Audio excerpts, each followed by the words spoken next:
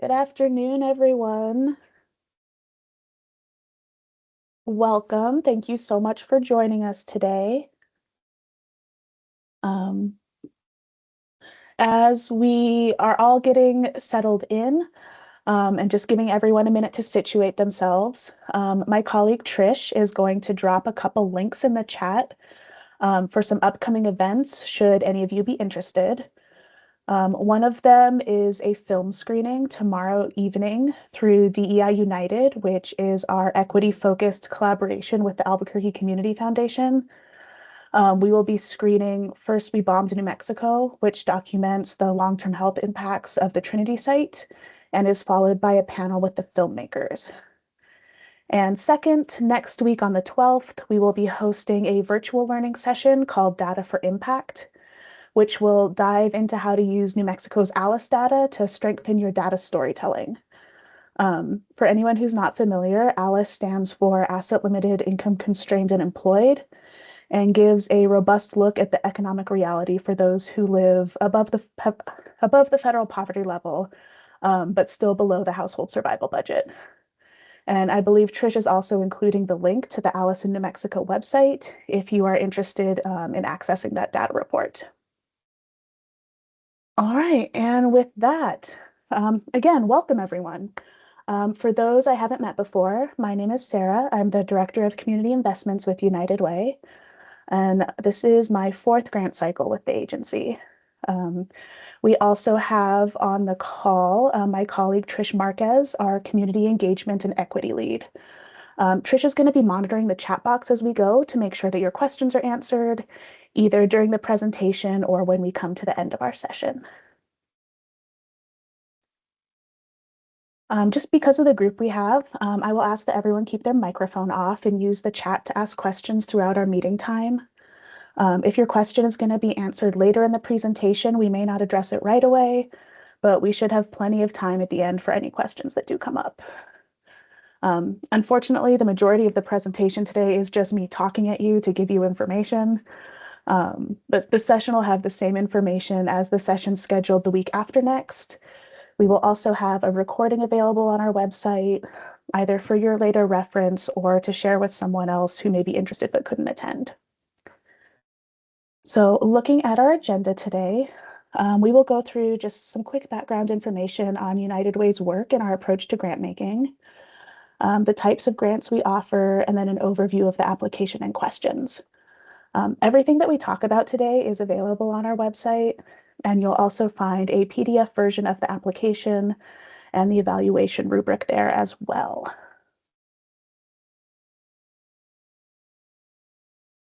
All right, so to kick us off, United Way's approach to grant making. We are working really hard towards a trust-based philanthropy model. It's an ongoing process to evolve our style of grant making. Trust-based philanthropy really focuses on equity and redistributing power within philanthropy to enable stronger partnerships and more effective grant making for our community agencies. Trust-based philanthropy really asks us to acknowledge the historical power imbalances that exist in philanthropy and look at it through a lens of partnership. So we're working really hard to refine our systems to focus on support and accountability rather than cumbersome processes. You know, we want to focus on the work that you all are doing in community and not creating additional burdens whenever possible. It is a learning process and it's a journey for us, and we continue to learn lessons along the way and look for ways that we can refine our role. Looking at some of the updates we've made to our grant cycle over the past few years, all of our grants are now awarded as general operating dollars, and we do have one of our grants that is awarded as a multi-year grant. Every year, we're looking at how we can shorten and streamline our processes. So you'll see the grant application really focuses on overall agency goals and outcomes. We also try to limit the amount of paperwork required, so only do a financial review for agencies selected for award. And we're also looking at updating the ways that we gather outcomes information and have really enjoyed having verbal conversations with our grantees over the past couple years. We're also always looking for ways that we can offer support beyond the check. So far, that's mostly looked like offering some marketing support and then capacity building resources wherever we see the opportunity. So to provide a bit of context for our grant funding within United Way as an agency, grants at United Way are part of our Community Impact Department, which has 4 branches. The first is our direct services, which includes the 211 help and referral line, the Family Advocacy Center, and Tax Help New Mexico. Next is Rising Together, which for those of you who have heard about United Way's work for a long time was formerly Mission Graduate and Mission Families. And that really focuses on educational attainment and family stability. The work of Rising Together is a lot of connecting and convening and collaborating with partners around systems change work. The most notable projects right now within Rising Together are our summer teacher academies, which started in Valencia and are now spreading statewide, and the Academies of Albuquerque, which is an initiative in partnership with APS to incorporate a career academies model into APS high schools. If you're interested in these or want to learn more about any of the Rising Together initiatives, please feel free to visit our website. The third branch of our community impact work is community outreach and partnerships, and this focuses primarily on initiatives outside of Bernalillo County. The biggest initiative in this department right now is Resilient Communities, which focuses on food sovereignty and bioregionalism in Santa Fe and Valencia counties. And then finally, we come to community investments, which houses our grant making. And the goal of our grant making is to reinforce and support the work of all of our other United Way impact initiatives. So this year, funding for our grants will fall under 6 impact priorities as well as basic needs. Our priorities each year are determined by crosswalking the 4 priority areas of United Way worldwide, which you see in those dark arrows at the top: the healthy community, youth opportunity, financial security, and community resiliency, and kind of crosswalking those with our local initiatives that we looked at on the previous slide. So the 6 impact priorities in this year's grant cycle are community safety, equitable health-related services, attendance and graduation, college and career readiness and work-based learning, continuing education, housing stability, and then that basic needs area as well. All right. And then let's see. So this year, United Way is offering 2 types of grants as part of our grant cycle, impact and basic needs. And agencies should pick the one grant type that is the best fit based on your programming and services provided. You may notice that there is no longer an application specific to Santa Fe County. We are 4 years now into our presence in Santa Fe, and so we're really excited this year to roll our Santa Fe agencies into our standard grant cycle. So starting with our impact grants support the work of programs that align with those impact priorities that we reviewed on the previous slide. Agencies awarded an impact grant receive funding for 3 years because we know that multi-year funding is really necessary to work towards those long-term impact and outcomes in our community. Our impact grants are designed to work on long-term solutions to needs in our communities, so really focusing on moving the needle of change in the systems change direction. There is a cap on grant requests, which is the cap on and the cap is the request for the amount awarded per year. So if an agency is awarded $50,000 a year, they will receive that for 3 years for a total of $150,000 over the 3-year period. This is also, let's see, I think this is year 5 of our multi-year awards now. So we will also have agencies that are entering year 3 of funding and year 2 of their funding come July. If you happen to be one of those agencies entering year 2 or 3 of your funding, you do not need to reapply. You are welcome to stay and chat with us, but your funding is good for the 3-year period. And if you are an agency currently in the 3rd year of your funding, you do need to take a year off before reapplying, so you won't be eligible for a grant this year. And then shifting over to our basic needs grants are also awarded as general operating dollars. And basic needs grants address those urgent and immediate needs in our community. It funds services like food banks, emergency shelter, utility assistance, emergency health care, those very tangible services that are needed in the short term to address gaps in basic needs. Agencies can reapply for basic needs grants each year, and they do have the same award limits as those impact grants. In both of our award categories, we have seen our grants process be really competitive over the past few years, and we do anticipate that that'll be the case this year, just projecting funds available and interest. So unfortunately, this does mean that some strong applications and some very aligned work may still not be able to be funded. I think for the past 3 years, we've seen an average of a 15% funding rate. And just given the current national and local funding landscape, I would expect that we'll see something similar this year as well. So just a couple clarifications, and then I will see if there's any questions that have come up so far. Again, agencies should apply for either an impact or basic needs grant, depending on which is a better fit for your work. Agencies receiving funding as a 3-year grant do not need to reapply. And agencies at the end of their 3-year cycle do need to take a 1-year gap. And Santa Fe will be rolled into our impact and basic needs starting this cycle. All right, so before I just charge ahead, Trish, if there are any questions that have come up so far in our chat? We just had one about being able to apply if you have a fiscal sponsor and you don't have your 501c3 yet, and I answered that. If you want to address it, you can. Yeah, well, I'm sure you answered the same as I will say, but yes, agencies are welcome to use a fiscal sponsor. All right then. So just a quick overview of our grant timeline. And again, this information is available on our website so don't feel like you need to get every detail into your notes. The grant application will open on Monday. The link to the application again is on our website, and it will remain open until March 20th. During the month of April, applications are reviewed by volunteer grant panels. Our grant panels are made up of our staff, donors, volunteers, and members of the nonprofit community. In May, our Community Investment Council takes all the information from the grant panels and uses that to recommend awards, which is then given to our board to approve in June.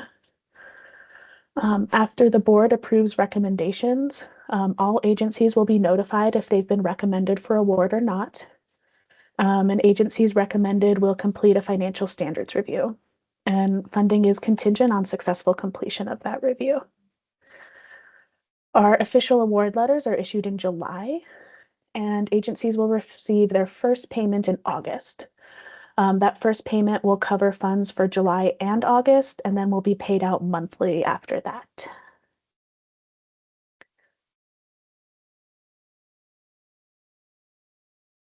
All right, we are using the same grant platform as we've used for the past few years, which is Submittable. Whichever account is used to submit the application will receive all the notifications and alerts. So it's important to use an email address that's checked regularly. The red submit button is what you use to start your grant. We only emphasize that because it's caused some confusion in the past of people saying, I'm not ready to submit. But you do hit submit just to get yourself started.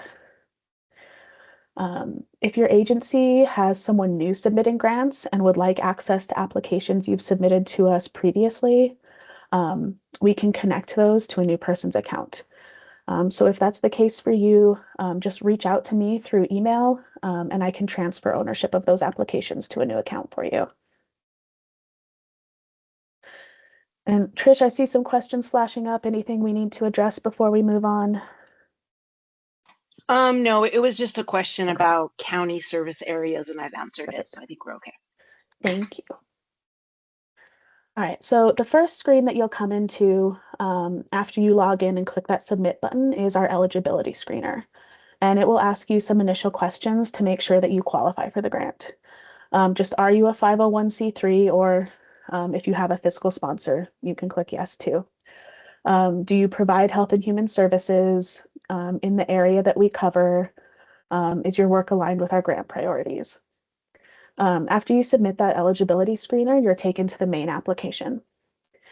And then once you're in the main application, you do have the option to add collaborators, so others within your agency can help you with the application. You'll see that option in the upper right corner.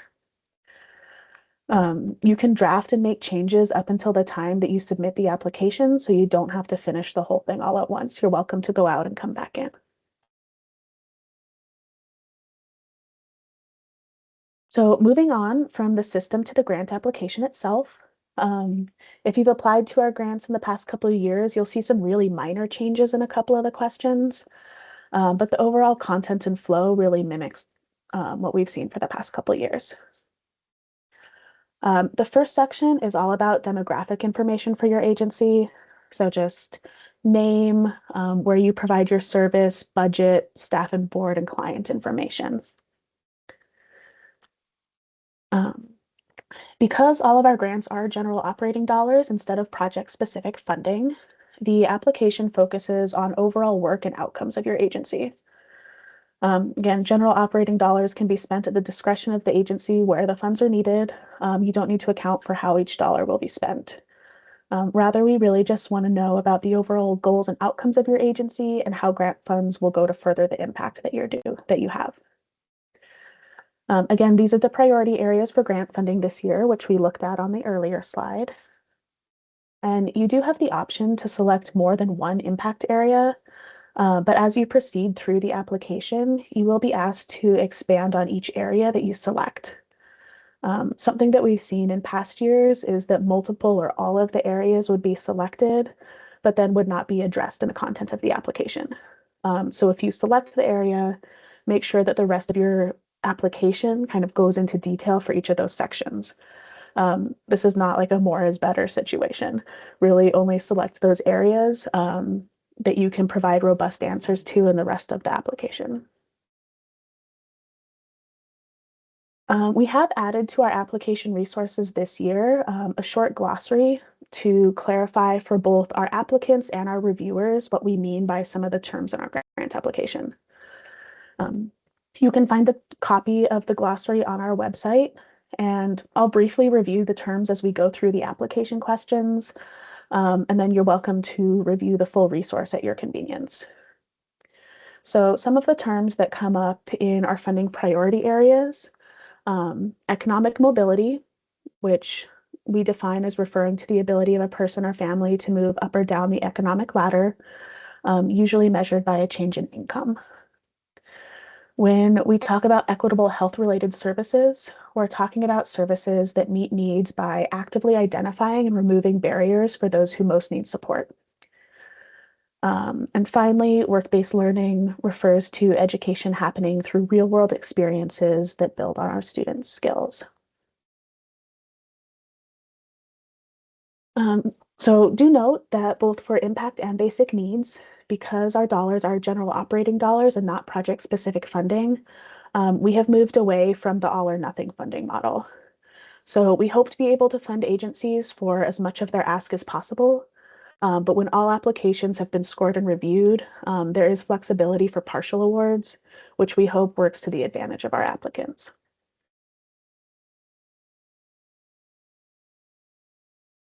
All right, so on to the content of the application.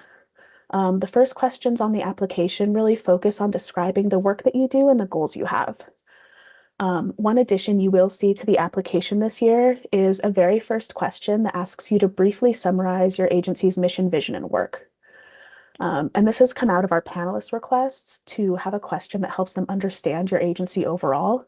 So it's really focused on just giving like a brief introduction to someone who's not familiar with your work. We did condense a question later in the application since we added this one just to try to keep the overall length down. After this overall summary, you will talk about how your work specifically aligns with the impact priority or priorities that you selected. The impact application asks about your goals for the next 3 years, which is the period of the grant. And the basic needs grant is a single year. So instead of asking about 3 years, it asks about reaching your target population. One of the biggest pitfalls that we see in this section is not tying your answer to the impact priorities. For example, we had quite a few applications last year that selected attendance and graduation as a priority, but then never mentioned attendance or graduation anywhere in the content of the application. So again, all of our panelists are volunteers, so really make that connection clear for them. Don't expect panelists to be able to make inferences. We want you to be able to tell them exactly what you want them to understand. There's also a question asking about your funding sustainability plan. United Way's funding is limited, and realistically, the donations coming in for grants does continue to decrease each year. So we want to make sure that our presence or absence of funding won't impact agency longevity, but rather just bolster the work already being done. The next couple questions on the application focus on data. So we'll ask what data you collect and how that data shows progress towards your goals, and then how you use that data to reflect and improve. The application also asks you to talk about collaborations with other community agencies or resources. And this question is, really focused on quality and impact, not quantity. So we want to hear about how the partnerships you have improve services, not just, a long list of everybody that you work with.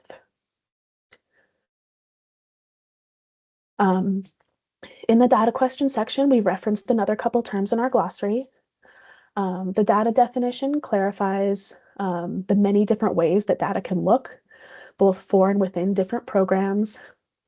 And continuous quality improvement, again, asks you to describe that ongoing process of using whatever form of data you collect to make informed adjustments to improve operations.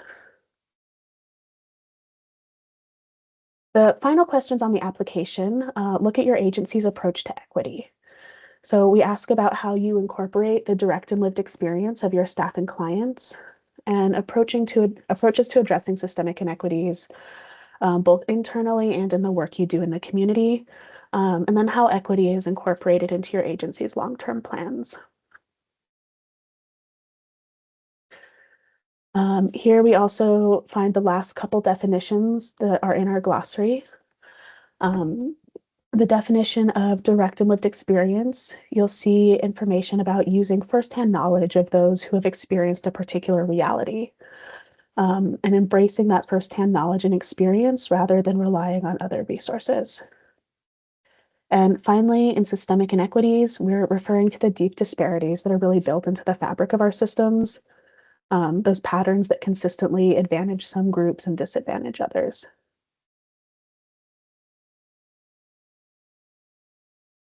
And with just me talking, it doesn't take me very long to get through 25 slides. So that kind of concludes the formal content that we had prepared today, but please feel free to continue to put any questions you have in the chat, or if you are more comfortable coming off mute and asking your questions, we're happy to answer those. But Trish, are there any in the chat that we can get started with? No, there isn't any new ones. There was a few questions around the counties, so I don't know if you want to kind of just go over again the counties we serve and just do a refresher on that part. Yeah, sure. So our United Way serves Bernalillo, Santa Fe, Sandoval, Torrance, and Valencia counties. So those are the services that we're really looking to fund in those county areas. We know that sometimes agencies serve across the state, so if portions of your service are in other counties, that is okay as well.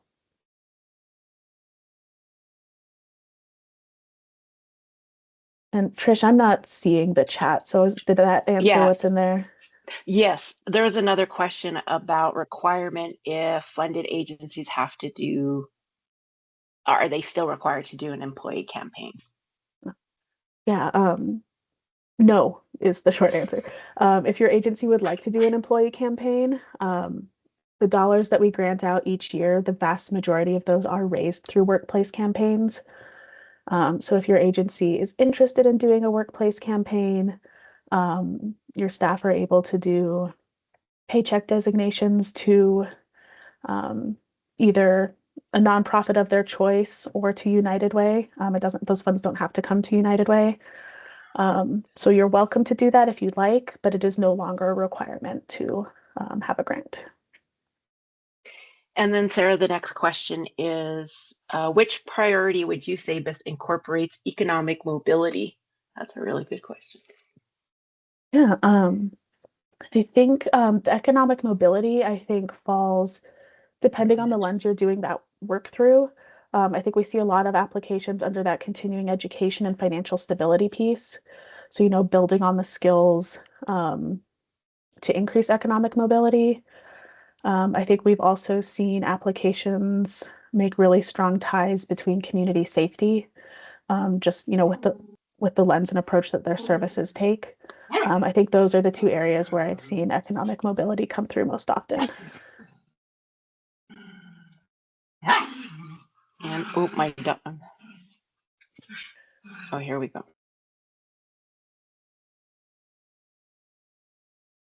Let's see. The next question is, are there any specific financial audit requirements for application if you're currently undergoing an audit and may not be completed before due date?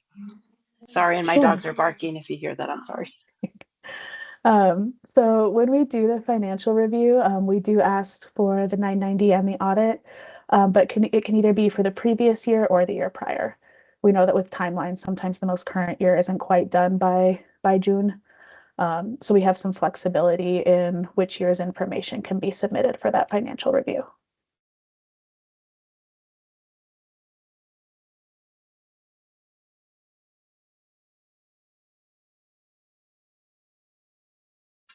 And right now there isn't any other questions.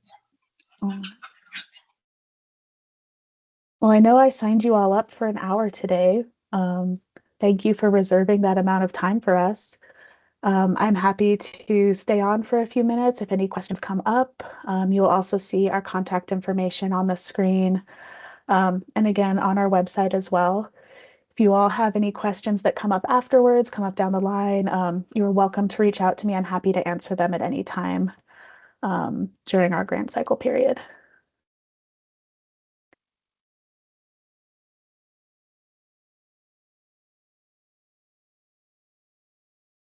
All right, then, man.